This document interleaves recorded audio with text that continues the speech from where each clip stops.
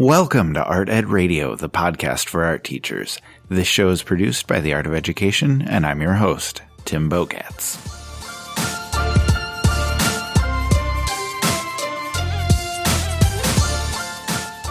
In this episode, we're going to explore the dark underbelly of art teaching, those terrible teachers who give the rest of us a really bad name. Now, why are they so bad? And how can they ruin the best job on the planet? Andrew and I are going to go through and explore the 8 things that terrible art teachers do. Before we get started, however, I want to make 2 things clear. First, we're not trying to be overly negative. In fact, that's one thing that we talk about in this episode, staying away from the negativity. And I may not be the best person to talk about this because I can be kind of cranky sometimes. Andrew likes to call me the resident curmudgeon. But I'm going to be adamant about telling you this. That negativity never made it into my classroom. It never made its way to my kids. In the classroom, it's all about positivity, setting students up for success, celebrating that success wherever you might find it. My hope is that this episode can be more of a lighthearted look at some aspects of teaching that we think need to be improved, not necessarily an episode that dwells on our shortcomings. And that brings me to point 2. We're not trying to shame anyone for doing things poorly. We want to point out things that we think teachers can improve on. We want you to reflect on your teaching and think about what you do every day. And make sure that you're not doing any of these 8 things. If you are doing some of those things, and if you're feeling yourself slipping, maybe this episode can be the kick in the butt that you need to make some changes. And most importantly, next week we're going to be talking about the things that amazing art teachers are able to do. Bringing out the positivity, the inspiration, and the celebration of everything that's amazing in the world of art teaching. It's going to be a good couple weeks of shows here. Now, I want to bring Andrew on, but before I do that, I need to tell you about the Art of Ed's new studio course. It's a graduate course called Studio Fibers, and it's going to make its debut run starting on October 1st. You get the chance to experiment with a huge variety of 2-dimensional and 3-dimensional weaving, felting, and embroidery techniques, and create resources, tools, and hands-on fiber art examples that are immediately ready to use in your classroom. It's worth 3 credit hours, and it runs over the course of 8 weeks to allow you plenty of time for those hands-on projects. Like I said, the first class will start October 1st, so you have about 2 weeks from now to get signed up. If you want to know more, check out the page on theartofed.com/courses. Now, let's bring on Andrew to talk about those 8 things that terrible art teachers do.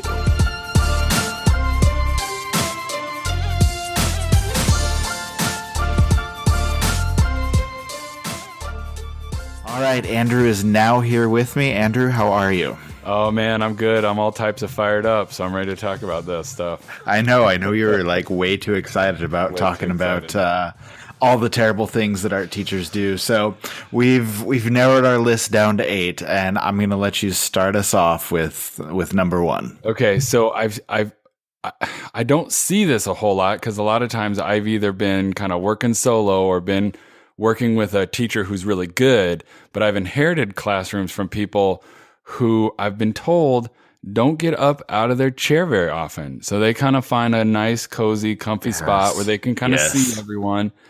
And then they just kind of plunk down and they make the kids come to them. And I mean, talk about a bottleneck. I mean, you have kids having questions all the time. And if you're making them come to you because you can't get up out of your cozy desk or chair, that's a problem.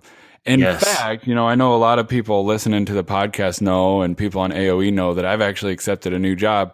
Actually, one of the first things I did, I got rid of my desk. Like, I literally do not have a chair in my room that I can sit at, with the exception of if I'm really feeling tired and I need to sit next to a student, I will sit next to a student at their desk.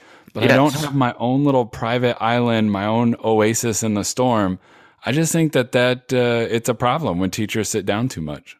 Yeah, I agree. And, I'm very similar where I was always up and around the room as much as possible, but I like having my desk there because I did so much with like one-on-one conferences with students, and having them come sit back by the desk, that works out all right. But for the most part, like if you're going to be a good teacher, you need to be up, you need to be moving around.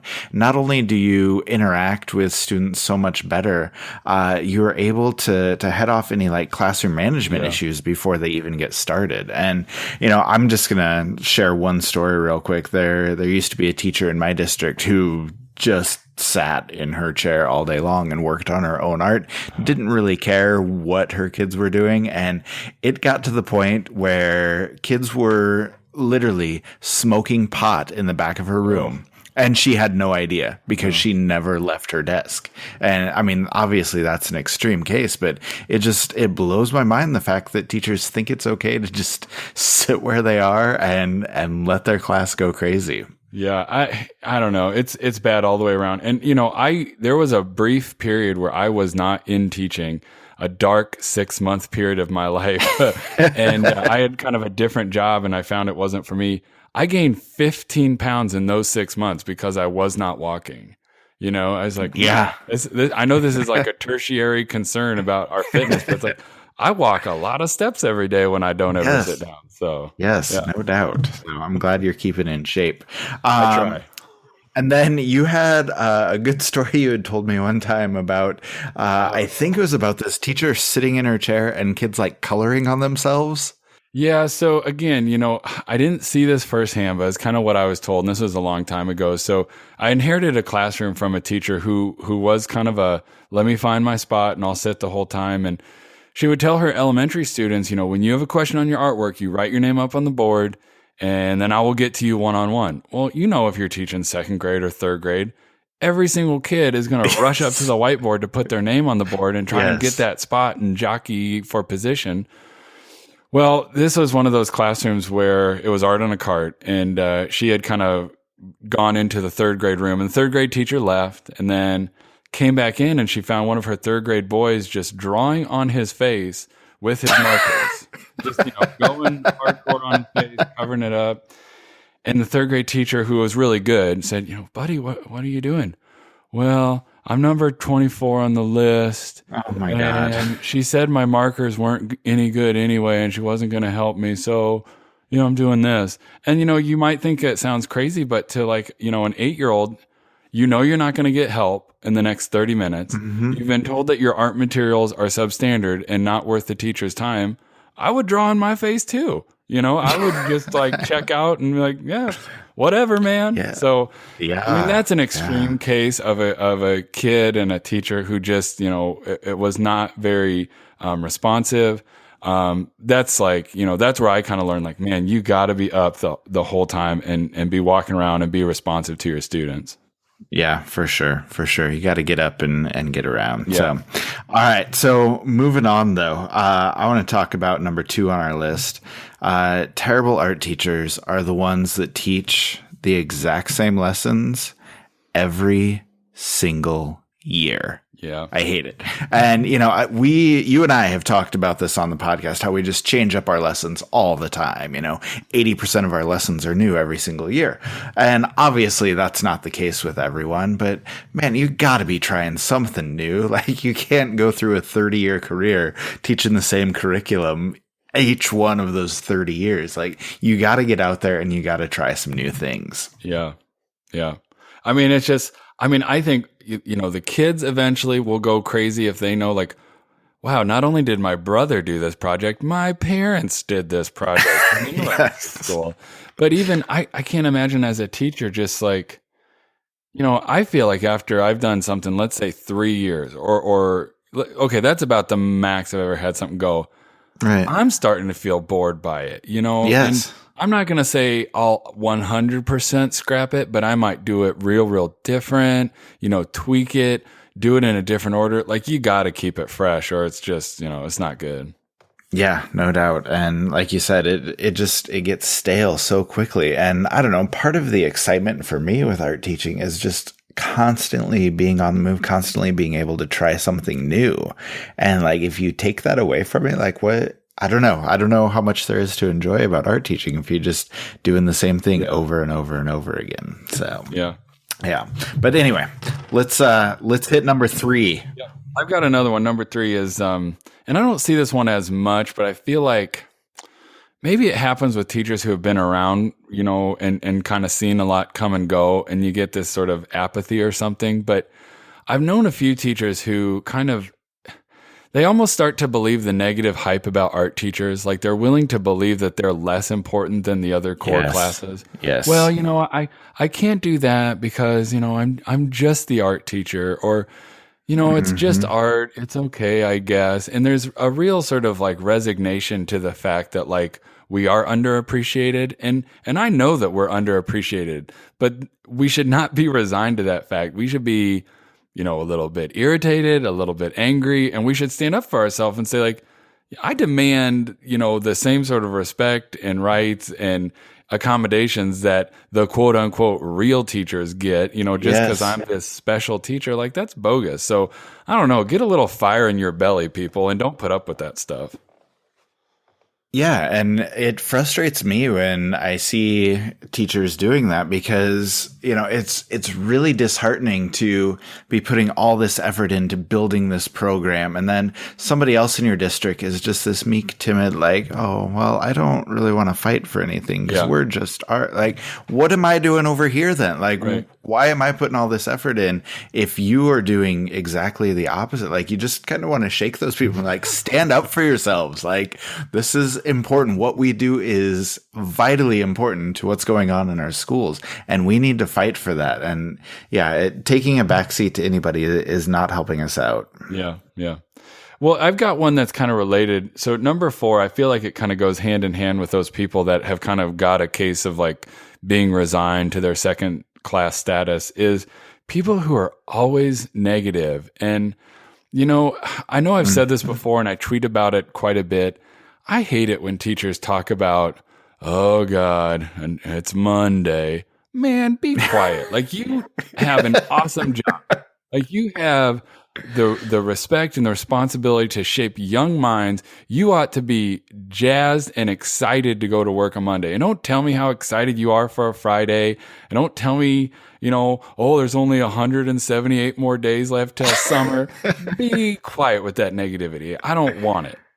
Yeah, exactly. And it does. It just brings everybody to like, how do you expect your kids to get excited if you can't be excited at all? Exactly. Yeah, I don't know, that type of negativity just spreads, and it's another thing that frustrates me quite a bit. One thing that I had to laugh about, Melissa Perty, one of the AOE writers, she's been on the show, and a lot of people know her, but she said that she teaches or used to teach with a guy who would always be like, oh, just got to make it 10 more years. like we're counting down, only 120 months till my retirement. Like, I don't even know. Like, how do you get that miserable? Like, I don't know. Just that mindset needs to change because it's not good for anybody. Well, and I've always thought, it's not like anyone goes into education because they want to buy a mansion and drive Ferraris. It's not the most lucrative paying job. If you don't love it, you're not going to like it. So get the heck out of the way with that, And I don't know. I don't have a whole lot of sympathy for people that bring that much negativity to the table. Yeah, I completely agree. And, at one point, like, you love kids or you love teaching, and that's why you're there. So, it may take a little bit of effort to rediscover that, but it's worth doing. It's worth finding. Right. So, all right, I'm going to move on to number 5 here. Okay. Terrible art teachers a lot of times will just completely avoid a material that they don't like, or completely avoid a material that they don't want to teach. Like, oh, it's way too much work to do clay. My kids don't want to do clay. Like, oh, I can't handle the cleanup with painting, and where am I going to store all those? Like, don't shortchange your kids because you don't want to put in the effort. Like, your kids deserve that experience, and you need to find a way to give it to them. Mm-hmm. Yeah, I couldn't have said that better. I mean, everyone has a discipline or a material that they feel a little less confident in. Okay, but 2 things. You're probably more competent and able than your students, so it's fine. Yes. And 2, that's kind of your job to go get more competent in that area then, because otherwise, like you said, you really are shortchanging your students. And, one mindset that it took me a long time to get into as a teacher, but I think more people need to think about things this way. Like, it's okay to learn along with your students. Exactly. Like, it's okay to say, oh, guys, I am not good with watercolor, but you know what? We are going to explore this together. Like, we are going to figure this out. And, I think it's worthwhile to admit that to kids, and they can see you growing. They can see you learning at the same time they are. So even if you're not, great with something, like you said, you're better than the kids are right now. And even if you're not, learn together. And I guess I look at it this way, like, if you're not going to teach that to them, who is? Exactly. Yeah. So there's, I don't know, you really need to get out of that mindset of trying to avoid a material, trying to avoid a media, and really change up what you're thinking about and make sure you get into that. Okay. And then kind of on the opposite end of the spectrum from avoiding things. Okay. Number 6 for me is those teachers that are too hands-on and they quote unquote adjust student artwork. Well, they'll jump in, draw things, make sure that everything looks perfect, okay, and step in front of the kids and change their work. Like, that bothers me to no end. So I got to ask you a question. When, put yourself in the shoes of a middle school kid, back when you were in middle school and high school, did you have an art teacher that, okay, you had an art teacher that did that to your work, huh? You're just assuming? Well, no, the way that you said yes, I thought you knew the question. You were like, yes, that totally happened to me. And I have, scars and issues associated with it. Did you have a teacher that did that to your work? Not that physically changed my work, but she was very much about like, this is your subject matter. This is what you're going to do. Very little creative freedom, which, I think kind of falls into this too. But, it really bothers me to just see teachers like, oh, no, that's not how you draw it. Let me draw it for you. Like, what is the kid learning at that point if you're going to step in every time they make a mistake? Well, so I got to say, this has actually just recently come up in my own classes. And I have a policy that I'm very vocal with. And I tell my students right off the bat, our very first assignment, I say, if you ever witness me messing with your artwork, drawing on your artwork, putting paint on your artwork, erasing something, and you did not give me express verbal permission to show you something on your artwork, you have my permission right now to smack my hand as hard as you want. And the look on their faces, I was actually a little bit stunned. I was like, wow, you guys have really been waiting to smack a teacher a little. But they're like, really? We can really do that? I said, yeah. Listen, I had a teacher when I was growing up who, if you had a question, it was, well, let me see it. Erase, erase, erase, do it for you. And oftentimes it was no better, if not worse than what you had to begin with. And then it's like, man, all of my ownership and all of my pride in this work has kind of been undercut because like you said, this teacher is too hands-on. So I don't play that game. So I tell my students listen, if I can't draw it for you with my finger and kind of show you without making a mark, where something should go or how you should do something, or if I can't get a scrap piece of paper off to the side and demonstrate it for you, then I'm doing something wrong and I'm a bad teacher. So don't let me do that. And it's worked really well. I don't touch or fidget with the students' artwork. I feel like when I was a new teacher, I used to revert back to that a little bit, but now it's not an issue. So. Yeah, and I'm kind of the same way. If I ever felt the need to demonstrate what's going on, you have to get kids' permission first, and they'll say, hey, can you show me how to draw this? Be like, yeah, and grab another piece of paper. Or, if it's just something really small, I'll ask oh, hey, can I show you how to blend this right on the drawing here? You have to get that permission before you mess with that. But I want to ask kind of a follow-up question with that one. What do you think the mindset is of teachers that adjust students' work? Why do they do that? Is it one of those things where, do they think that the quality of student work reflects their quality as a teacher, or where are they coming from with that? Yeah, I think that's 100% it. And I think it's a misunderstanding. I know that I can teach an awesome lesson and I can be a good teacher, and I can actually have students learn a good deal of stuff. Like they've learned a lot, but they might have kind of a dog for a finished product. Like it might just not look that great. Yep. So the finished product does not equal my efficacy as a teacher or student learning. And I think too many teachers buy into that, falsehood. And some of it is because I think administrators might pressure them into thinking like, where are these beautiful pieces of artwork that mom and dad can hang above the sofa, or that, we can put up at the parent teacher conference night. Well, I think a lot of teachers are moving away from just beautiful finished products and more about the process. So I think that's what it is. I think those teachers are overly concerned with their work equals my quality as a teacher. And it's just not true. Yeah. And you're right. And we do need to get away from that mindset. The phrase that we always use, like, your classroom is not a production factory. Like, it's not about having the perfect display. It's about learning. And sometimes learning is dirty. Sometimes learning is messy. And, you're not always going to end up with that finished product. But anyway, it's probably time for us to move on. So why don't you give us number 7? Well, in some ways, a lot of these things are interrelated. And I think some of them, you can almost summarize a lot of them down to a teacher who's not being flexible. So number 7 is, and we've all worked with people like this, whether it's an art teacher or maybe another teacher, teachers that refuse to use and adapt to technology. Yes. Like I've known teachers who literally will look at this modern contraption of email. He's like, oh, no, not going to do the emails. Are you serious? You're not going to communicate with parents in the way that everyone communicates? Like, You're not going to create a class website, even though like you're being mandated by your district to do that. You're not going to upload grades on your, online information management system. You're not going to learn about new apps.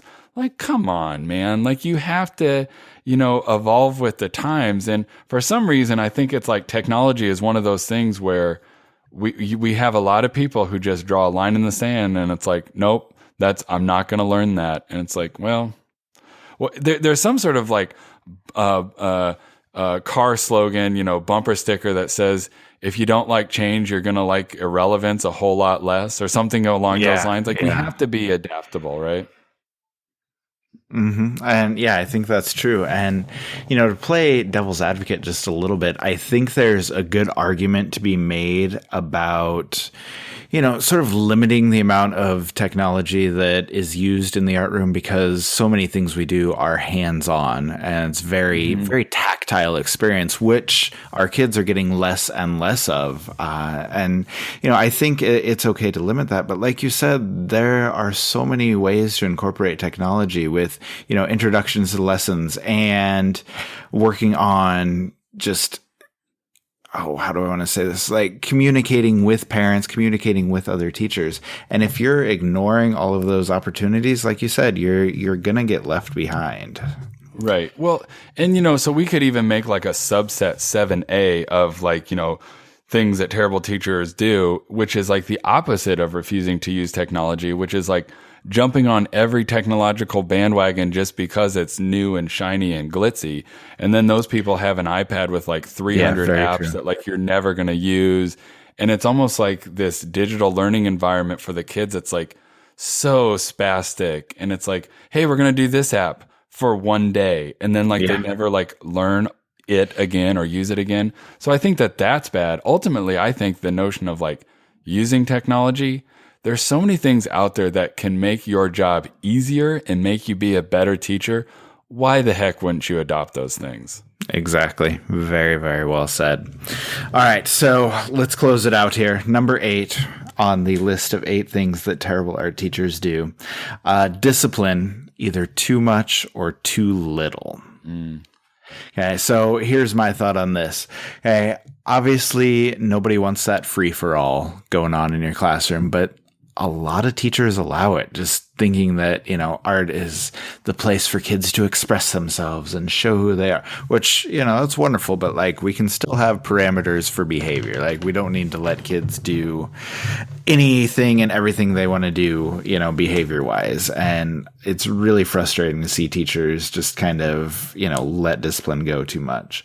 And then at the other end of the spectrum, it really bothers me when teachers are far too strict, especially in art class. Like, art class should be a joyful, exciting place. And, I've seen teachers that, make kids sit in their chair and they do not speak a word the entire class period. And we're just sitting there, who knows, working on our shading value scales without talking or interacting or doing any sort of collaboration or even just basic interactions. And, you're sucking the life and you're sucking the joy out of your classroom when you do something like that. I've seen a couple of classrooms like that, and they're so weird because they're so contrary to what really, like you said, an art room should be, a joyful, exciting place full of energy. And I call them art sweatshops. It's just like heads down, faster, not right. And the kids are just like, you can tell there's no joy. It's drudgery to be there. It's like, gosh, you don't have to run a classroom like that. And in some ways, I think teachers do that because they want to look like all the other teachers in the building kind of thing. It's almost like we know we're special. We know that we're the square peg in the round hole, but yet some teachers don't want to be that. So they're going to imitate what all the other teachers are doing. And it's like, at some point, you just got to embrace the fact that we are kind of a different bird. And let's embrace that while still having, like you said, some control, some parameters, because we are unique, Yeah, I can't say it much better than that. That's really, really well said. All right, so we're going to go ahead and close this show out. And like I said in the intro, everyone, don't think that we're just dwelling on all these negative things because, we're also talking about how you get around that. We're talking about the other options that you have. And we're going to be back next week to talk about the 8 things that incredible art teachers do. So, Andrew, are you going to be ready for that one? I will be equally as fired up. I know I came across a little fiery tonight. It's just because I had some late night coffee. So I'm all sorts of fired up. So yeah, I think it made for a good conversation. If we can recreate that energy for next week, then I think we'll be in good shape. So it'll be easy to do. Yeah, so we'll see you next week for the incredible things that art teachers do. So yeah, have a good night, and we'll talk to you then. All right, sounds good, man. We'll talk to you later. Thanks, Andrew. All right, that was a fun episode and a fun conversation, and I'm really looking forward to next week's episode as well. Now, as we talk about all of these things that terrible art teachers do, don't get upset if there's something that really strikes a nerve with you. Okay, that's not a bad thing. In fact, I'd argue the opposite. Like, if you find yourself doing some of these things and it bothers you, okay, we're not calling you out. Okay, we're just wanting you to do better. So think about how, you can reflect on your teaching. Think about whether these ideas are relevant to what you're doing in the classroom, and maybe take some of those suggestions, that we offer about how to do things differently, some alternative routes, okay, some different ideas that you can bring in and that you can use to make your teaching better. And like I said, next week, we're going to talk about all of the incredible and amazing things that art teachers do as well. So that's going to be part 2, giving you some suggestions on what to do differently, what to do better to make your classroom and your teaching move to that next level. So I hope you enjoyed this conversation. I hope it makes you think about what's going on in your classroom. But like I said, if it touches a nerve, that's a good thing, because we want you to reflect and we want you to do everything that you can do to make your teaching better.